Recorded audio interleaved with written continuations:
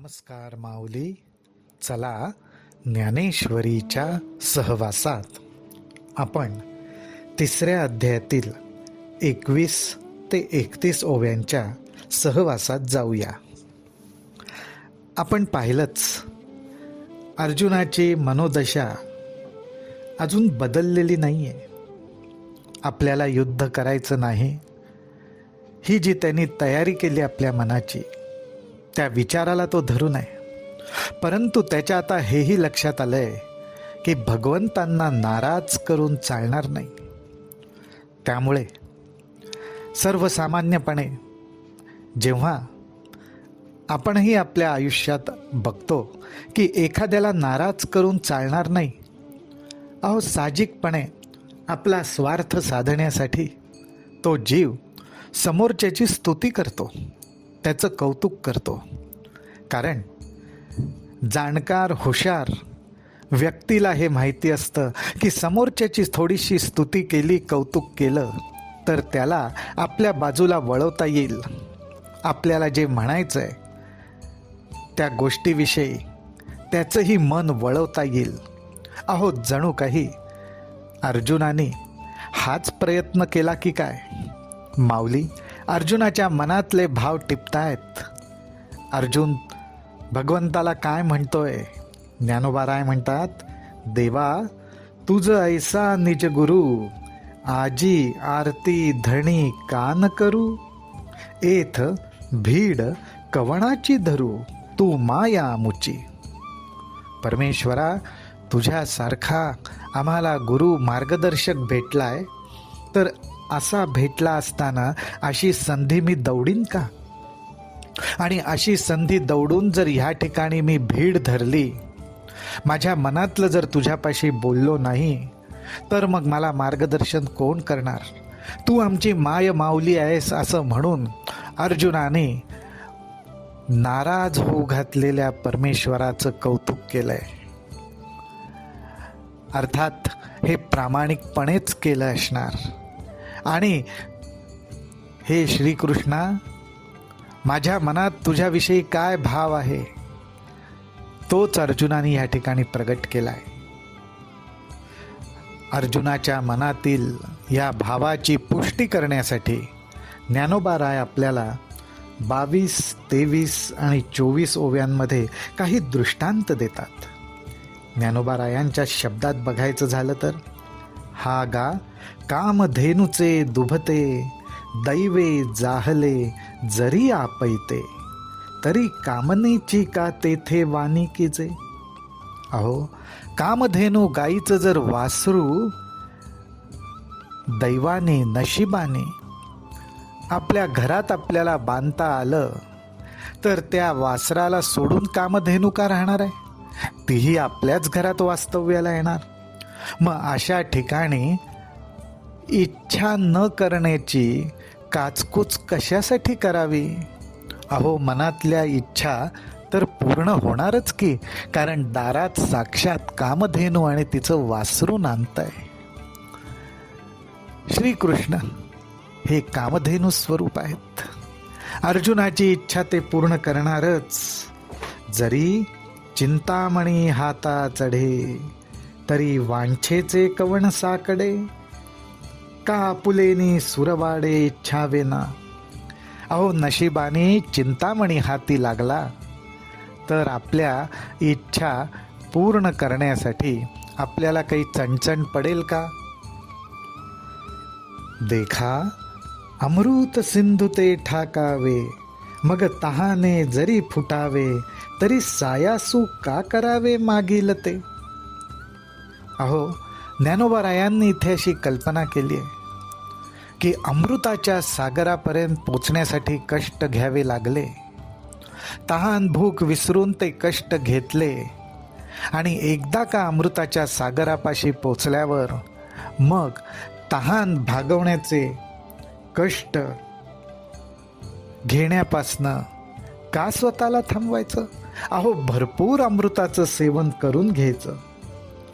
त्यासाठी मागे आपल्याला किती कष्ट पडलेत हे विसरून जायचं.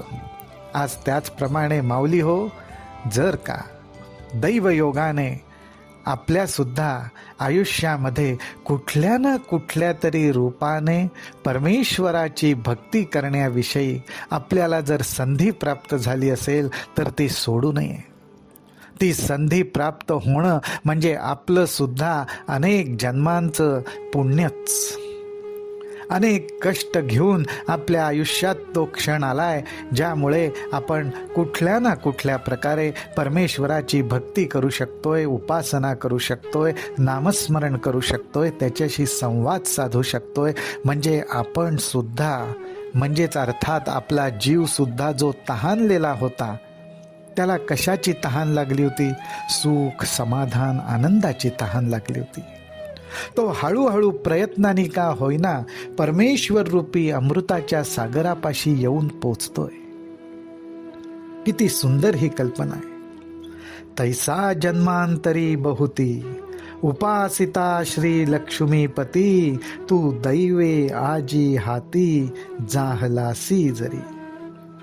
त्यामुळे माऊली हो, आपल्या पण आयुष्यात जर असा श्री लक्ष्मीपती आपल्याला लाभला असेल, त्याची सेवा करण्याची आपल्याला संधी मिळत असेल तर ती आपण दवडू नये.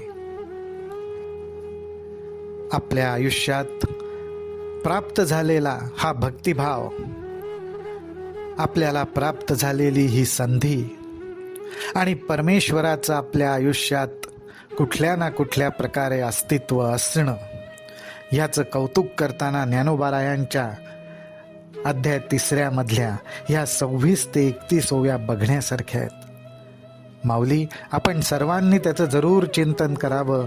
माऊलींनी या ओव्यांमध्ये दृष्टांतांची लयलूट केलेली आहे. माऊली म्हणतात, जी जी परम मंगळ धामा, सकळ देव देवतोत्तमा, तू स्वाधीन आजी आम्हा म्हणूनिया. जैसे मातेच्या ठाई अपत्या अनवसरू नाही, स्तन्या लागुनी पाही जिया परी. अहो, जे तान बालक आहे, जे अजून आईच्या स्तनपानावरच जगतंय, त्याचा जीव वाचवतंय, त्याच्यावरच ते मोठं होतंय, तर त्या स्तनपानासाठी ती माऊली कुठलाही काळ वेळ बघत नाही. ज्या ज्या वेळी त्या तानुल्याला भूक लागेल त्या त्या वेळी आई त्याच्यासाठी उपलब्ध असते. आज आपण सुद्धा परमेश्वराच्या ठिकाणी तानबाळ म्हणूनच जावं, कधीही जावं, काळ वेळ बघू नये. ती माऊली सुद्धा आपल्यासाठी उपस्थित आहेच. तैसे देवा तू ते पूजी, तैसे देवा तू ते पुसिज तसे आवडेते, आपुलेनी आरते कृपानिधी. त्याचप्रमाणे देवा, मी लहान आहे, बालक आहे, त्यामुळे मला जे आवडतंय ते मी कुठलीही भीडभाड न बाळगता तुला विचारतोय. कारण तू सर्वांचं मनोरथ पूर्ण करणार आहेस, तू कृपानिधी आहेस. मी सुद्धा त्यामुळेच तुझ्यापाशी कुठलीही भीडभाड बाळगत नाहीये. आणि आता मुख्य गोष्ट अर्जुन श्रीकृष्णांना विचारतो, तरी पारत्रिकी हित आणि आचरिता तरी उचित, ते सांगे एक निश्चित पार्थू म्हणे. अजून सुद्धा अर्जुन आपल्या मनातला हेतू सोडत नाहीये. त्या मनातल्या हेतूला धरूनच श्रीकृष्णांकडे विचारणा करतोय. अर्जुनाला एकच काळजी आहे, एवढं महाभयंकर महायुद्ध आणि त्याच्यामध्ये जर मला वीरगती मिळाली तर ती वीरगती मिळाल्यावर माझं काय? वीरगती न मिळता भगवंताच्या कृपेने आम्ही विजयी झालो तर ह्या महायुद्धामध्ये स्वजनांच्या विरोधात मी जे युद्ध करणार, आपल्याच लोकांच्या विरोधात मला जे जावं लागणार, त्याचं फळ मला काय मिळणार? म्हणजेच या इहलोकात पृथ्वी लोकात माझ्या कल्याणाचं काय? हे लक्षात ठेवून अर्जुन श्रीकृष्णांना विचारतो, अरे हा देह सोडल्यानंतर मेल्यावर सद्गती देणारे आणि ह्या लोकात असताना आचरणाला योग्य असे जे असेल ते एक निश्चित तू मला सांग. बघा, म्हणजे एकाच प्रश्नात अर्जुनाला दोन्ही पक्षातली समाधान देणारी उत्तरं हवीत, की ह्या लोकात सुद्धा आचरण्यासाठी योग्य काय आणि तसं आचरण केल्यामुळे परलोकात सुद्धा कुठल्याही प्रकारे अकल्याण होणार नाही, अहित होणार नाही, असं अर्जुन श्रीकृष्णांना विचारून घेतोय. आपल्या सर्वांना सुद्धा आता उत्सुकता असणारच की भगवंत यावर अर्जुनाला काय सांगतात, तर तेही आपण ऐकूयात. रामकृष्ण हरी, रामकृष्ण हरी, रामकृष्ण हरी.